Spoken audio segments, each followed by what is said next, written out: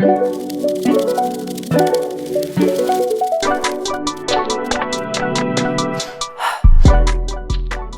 guys, welcome back for episode 25. We're in our quarter life crisis. So last week we looked at the hidden cost of inaction and how hesitation can silently stall your growth. This week we're focusing on the other side of the customer journey, which is the crucial onboarding phase. Yeah, so the onboarding phase, which I think that there's far too many businesses actually don't have a system or a process in place for onboarding customers. It's just a case of, yes, you want that, do you? Yeah, and then you just try and push out. But we have a process of what happens when we bring on a customer. The information we need to get to them, setting up invoices and all the rest of it. And of course, usually maybe the first 2 weeks is generally our onboarding phase, and that's kind of setting the expectations for customers, collecting information, and just providing a welcoming customer experience. Yeah. Now that obviously has an impact on retention, overall customer satisfaction, and of course referral potential.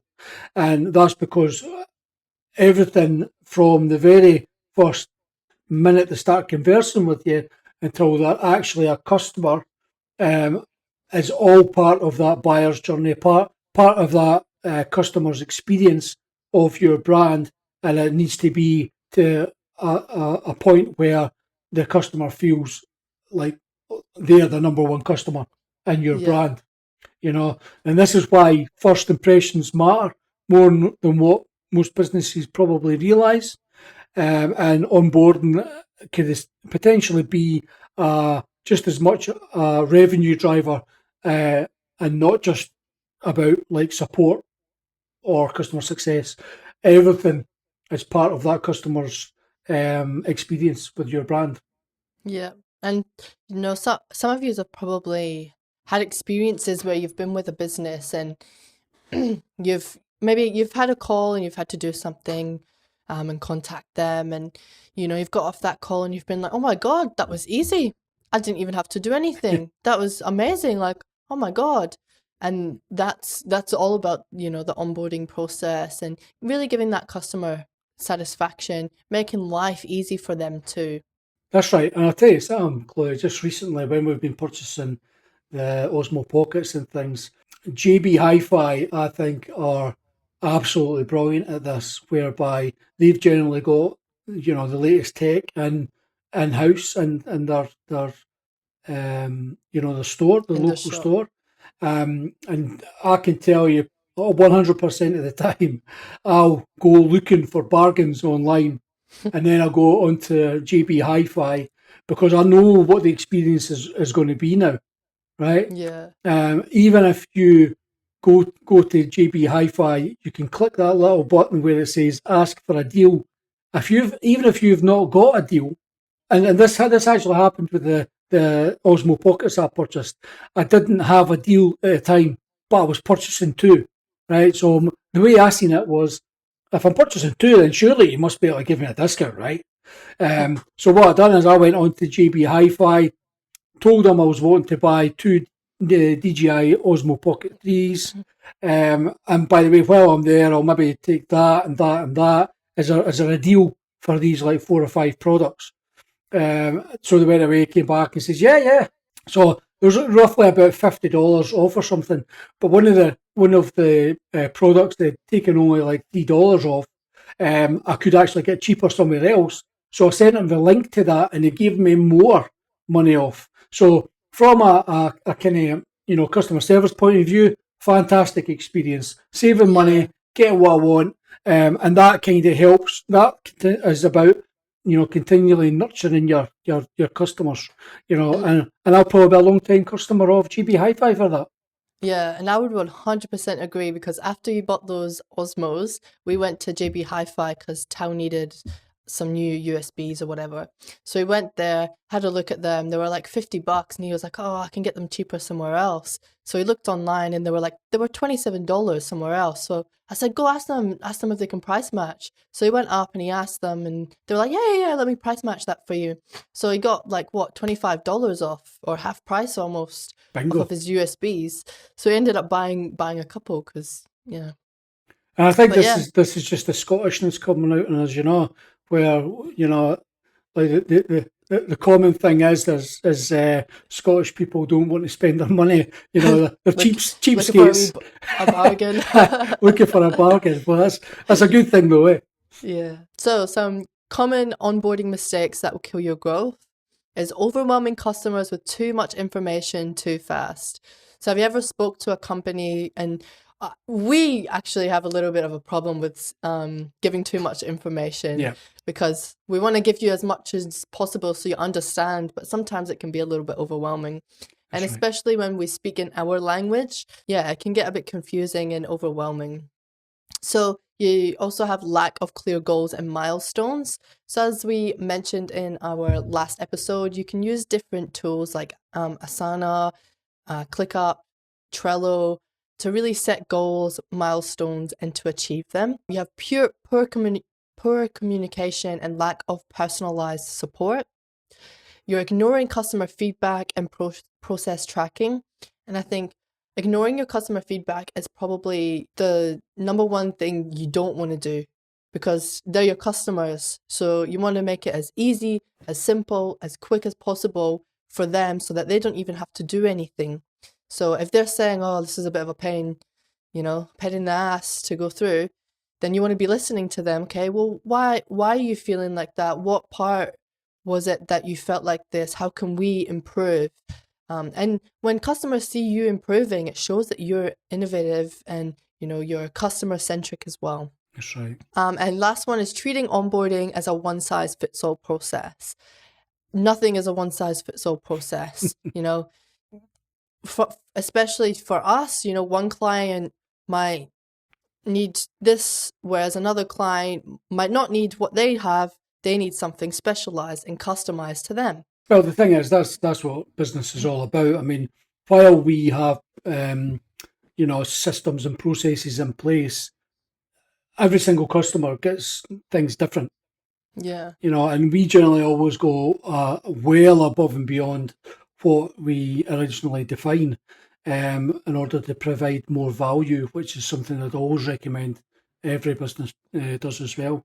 You know, and going back to your point on poor communication and lack of personalised support, I mean, we are fanatical about support, making sure that our customers' needs are met or even exceeded in most cases. Um, and that's probably why, going back to point number one, where we might sometimes overwhelm customers with too much information, because the way I know, over the past 23 years, how confusing this industry can sometimes be. So I generally spend that little bit extra time providing that more information in the hope that people do read it and then they understand it a little bit more. Because if they don't, it's just frustrating, you Yeah. know? So how does poor onboarding directly hurt your business? So you have higher churn rates and lost recurring revenue. When people feel dissatisfied or disappointed, they are less likely or less inclined to spend more money with you, and they'll find another company who does the same thing. And it's important to make sure that you find out before your customer does churn why, why are you losing? Why would sort of leaving? Because that gives you an opportunity to grow and change things to actually prevent the churn from happening in the first place. And to also fix that situation with that specific customer, Correct. Yeah. because if they've had a poor onboarding process and it's been quite a pain,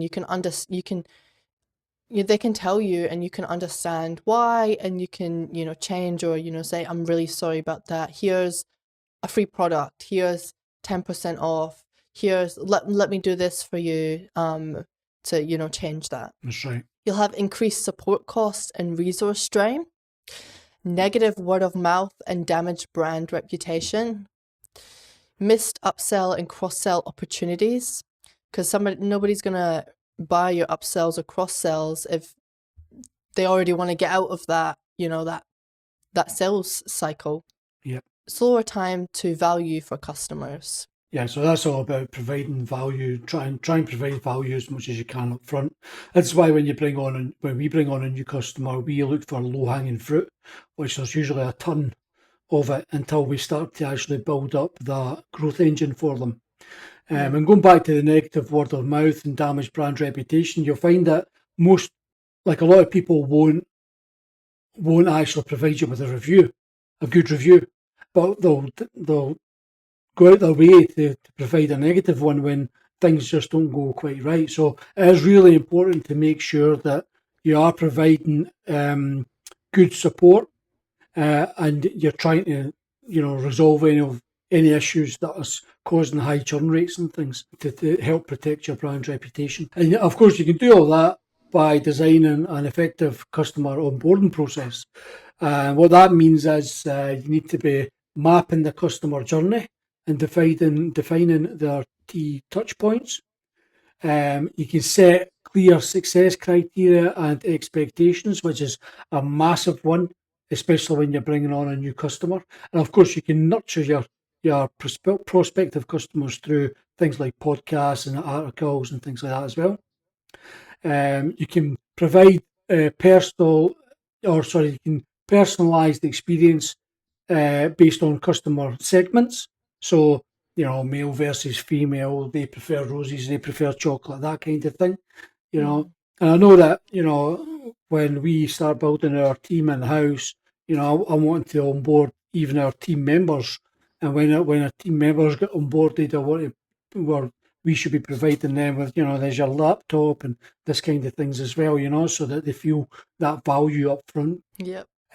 Using technology for automation without losing the human touch. I mean, using technology is a massive one, especially with Advent AI and things like that. That can really help speed everything up, especially when you're providing customer service or even within a team environment. And one of the most important things you should be doing anyway is collecting feedback and iterating continuously to make sure you're providing the best possible service to your customers.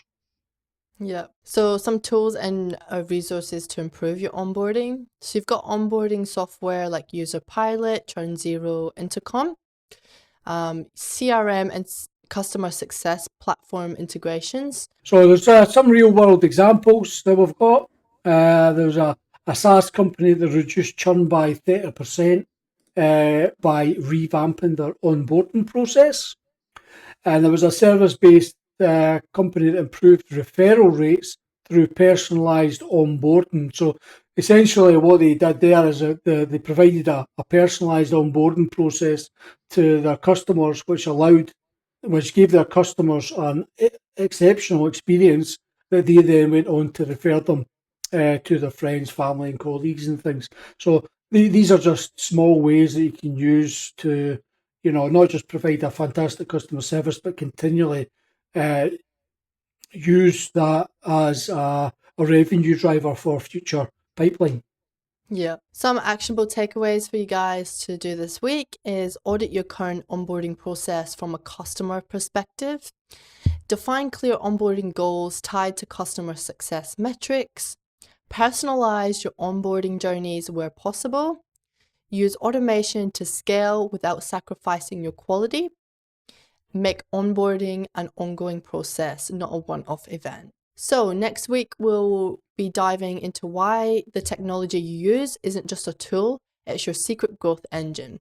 If you want to work smarter, automate better, and scale faster, then this episode will show you how to build a tech stack that powers your success. Awesome. Look forward to it. Yeah, sweet. Well, we'll see you in the next one. Bye, See you guys. guys.